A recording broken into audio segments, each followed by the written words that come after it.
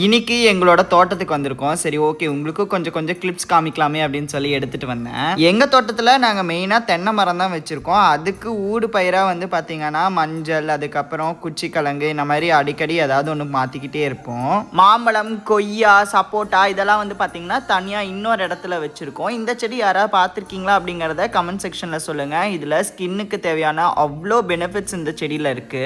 எப்பயுமே தப்பு செடியா வளர்ந்தது அப்படின்னா அது நல்லா வளரும் அப்படின்னு சொல்லி சொல்லுவாங்கல்ல, அந்த மாதிரி தான் அந்த கொய்யா மரம். அதுக்கெல்லாம் நாங்கள் உரமே கொடுத்தது கிடையாது. வேலி ஓரமாக நிறைய வெத்தலை கொடி வந்து படர்ந்துருந்தது. அதுலேருந்து ஒரு 2 செடி மட்டும் எடுத்துட்டு வந்தேன் இங்கே வைக்கலாம் அப்படின்னு சொல்லி.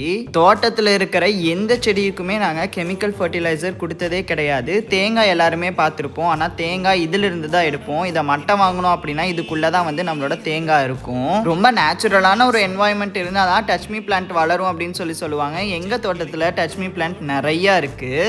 தோட்டத்துக்கு நாங்கள் வந்ததுக்கான முக்கியமான காரணமே கிணத்துல குதிக்க தான். ஸ்விம்மிங் பூலை விட கிணத்துல குதிக்கிறது எவ்வளோ நல்லா இருக்கும் அப்படிங்கிறது யாருக்கா தெரிஞ்சதுன்னா கமெண்ட்ல சொல்லுங்க.